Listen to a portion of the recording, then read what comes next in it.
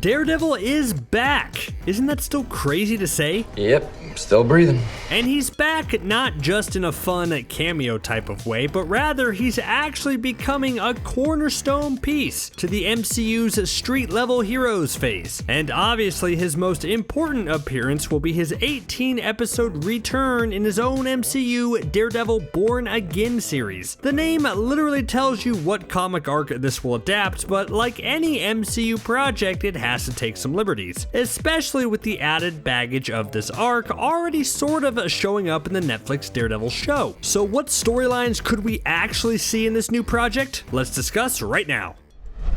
We are in a fascinating situation. Charlie Cox returning to headline his own MCU show is the sort of thing fans have been willing into existence since the Daredevil Netflix show was canceled. And now, because there are such things as miracles, it's finally happening. But also, logistically, you have to admit that there are a lot of questions about the new show, especially since the new MCU series is officially titled Daredevil Born Again. Like, sure, that's a perfect title for the project on a meta level, much like Spider-Man Homecoming was a great title to welcome Spidey into the MCU, and Born Again is the name of Daredevil's arguably most famous and most well-received storyline from the comics, so that's a wonderful piece of synergy. And thanks to the multiverse concept, they could easily just say that the Netflix shows all took place in a different universe to wipe the slate clean to start with the proper adaptation of the story. But on the other hand, Daredevil Season 3 already mostly adapted the Born Again arc. Daredevil Season 3 may not have been a perfect adaptation, but it certainly hits the most important key moments. So could and should the Daredevil Born Again show be a direct adaptation of the comic? I say no on both accounts. We can't just rehash what came before, and that opens up the new series in a wide variety of different directions. Yeah, we can keep key elements of the Born Again plot, but there's a lot of variations we could see. Let's discuss some of them.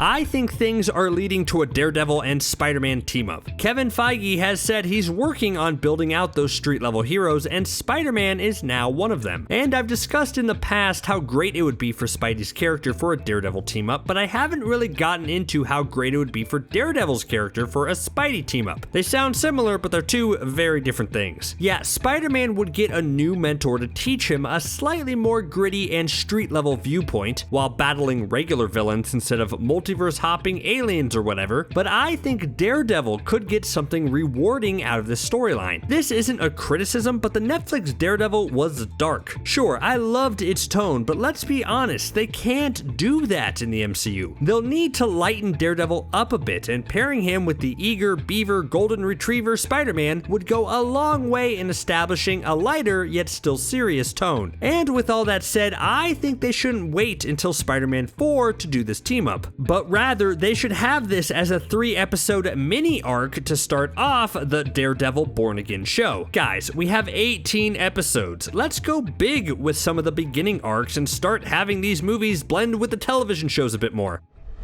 Born Again references the famous comic arc, and while that comic story signified Matt Murdock being stripped of everything personally and professionally, and then building himself back up, the MCU show will probably be a bit different. We don't really know where this version of Daredevil is in his career. Is he an established crime fighter already active in New York? Seems pretty likely given his expert brick-catching skills in No Way Home. But there's one thing to suggest this is still early in Daredevil's run, and that's his costume. She-Hulk sees Daredevil rocking the yellow and red duds, which Daredevil fans know was the costume that Matt Murdock wore in his first few issues before switching over to red and black. Will we see a costume transition in the show? We know that in the Netflix show it took a full season to see Daredevil in his classic Red Devil outfit, so will that be the case again? Will something have to happen to see Daredevil decide to switch up his wardrobe? Maybe something will happen early on in the show's run, breaking Matt down and destroying his current yellow costume, only for him to be reborn with his classic red one?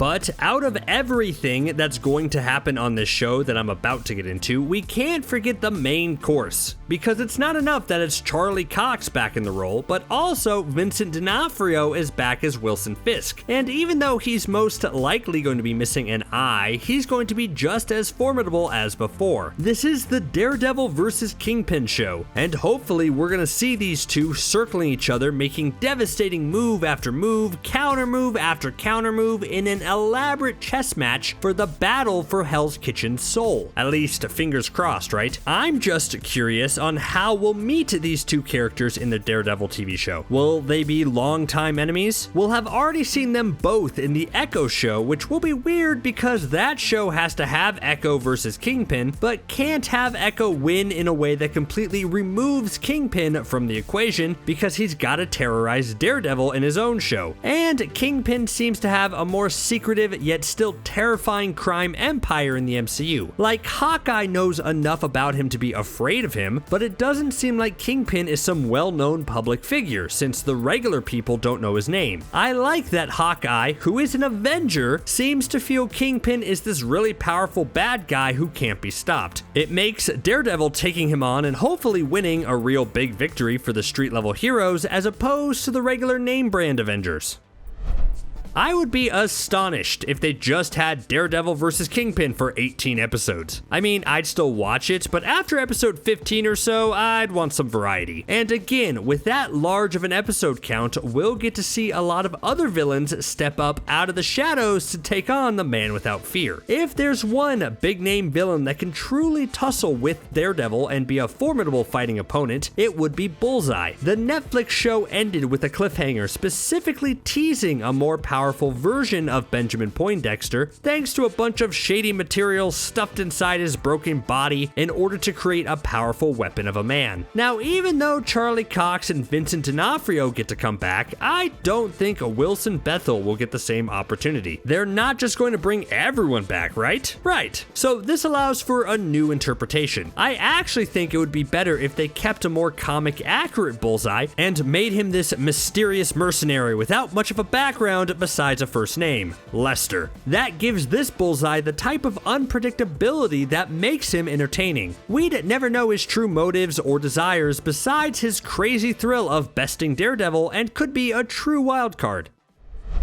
So far, I've only been discussing Daredevil problems and the type of storylines I want to see for Daredevil, but that's only half of the character. We still need plenty of Matt Murdock content, and this is where I think there should be a slight connective thread between the Netflix show and the MCU show. The Netflix show ended with Matt and Foggy Nelson agreeing to practice law again together, and with Karen's help, they'd form a new firm named Nelson, Murdock, and Page. Obviously, we never got to see that in action, and I would like the Daredevil Born Again show to start off with this in full swing. There's no need to see Matt struggling with his law practice, and we can just start with the three leads all on the same page and working together effectively. That would help when Kingpin arrives to mess up Matt's life. But the real question is, do you recast Foggy and Karen? Tough to say.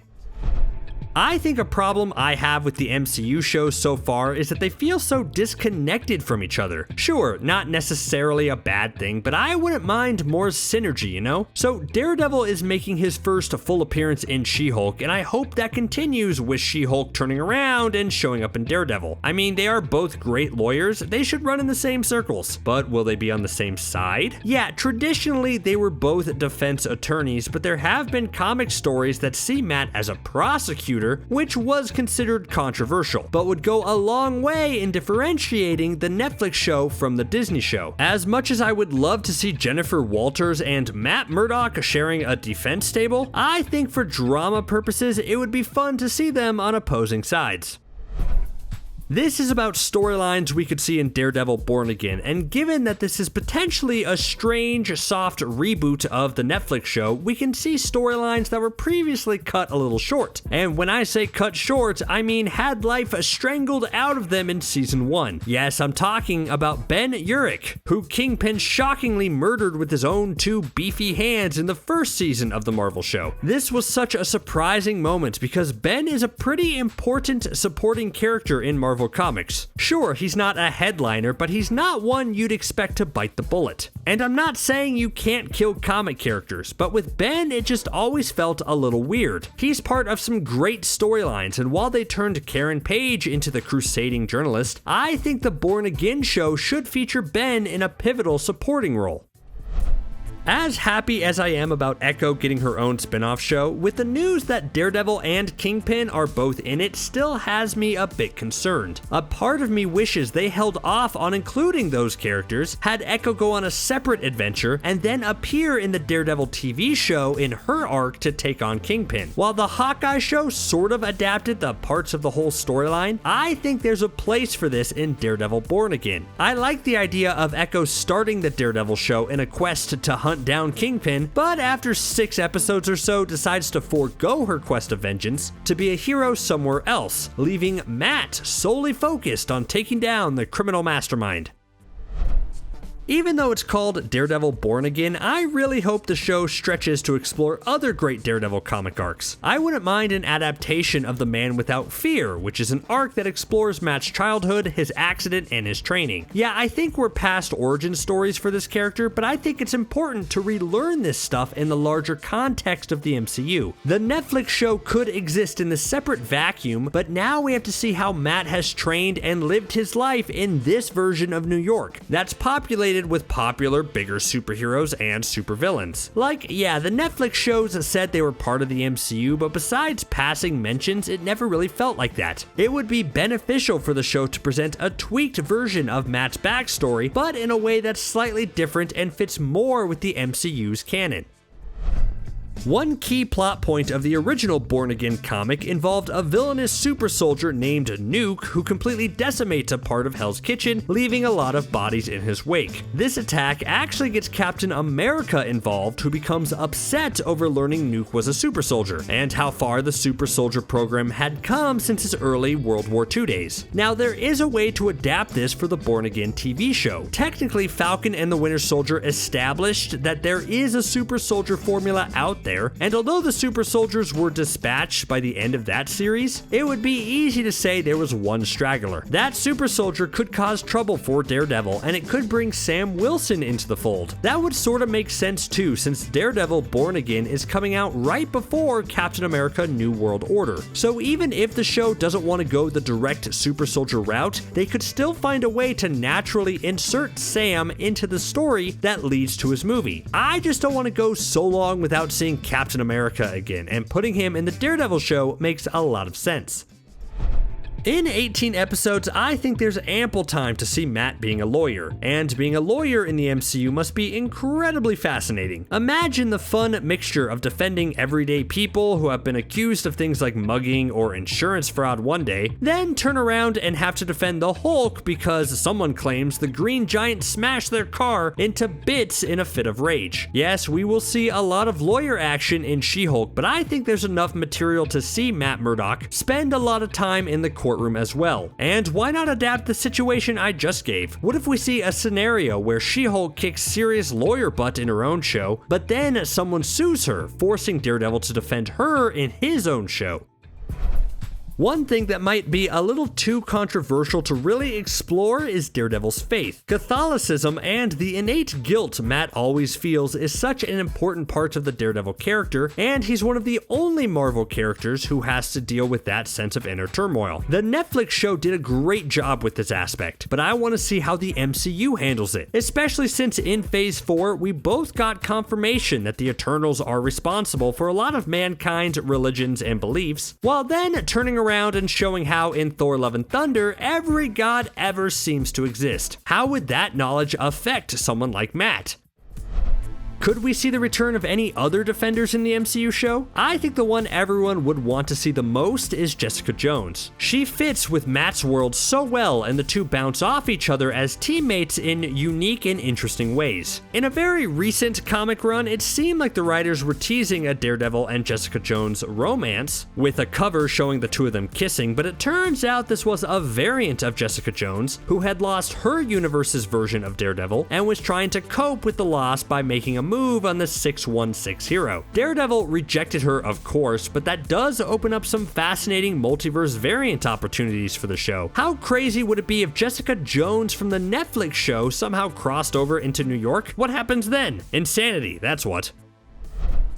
And why stop at Jessica Jones? Why couldn't the Daredevil Born Again show slowly build to an all-out Defenders reunion? Let's see Daredevil, Jessica Jones, Luke Cage, and then a recast Iron Fist all together taking on Kingpin and other future threats by the end of the series. Let's really set up the street-level hero side of the MCU and fix all the missteps the Netflix shows suffered through. And why stop at those four? Sure, they're probably the most famous street-level Defenders, but you had characters like Doctor Strange, She-Hulk, and even Ant-Man all part of the Defenders roster at some point. I'm just saying that this Daredevil Born Again TV show could be the foundation to create a more unified approach to the street-level hero aspect. I have a final question. Anyone else slightly worried about the episode count? 18 episodes is a huge order, especially since I thought the Netflix shows had trouble filling 13 episodes. I guess only time will tell, but maybe they could do 2 9-episode seasons? I think that's a fair distribution, but what do you think?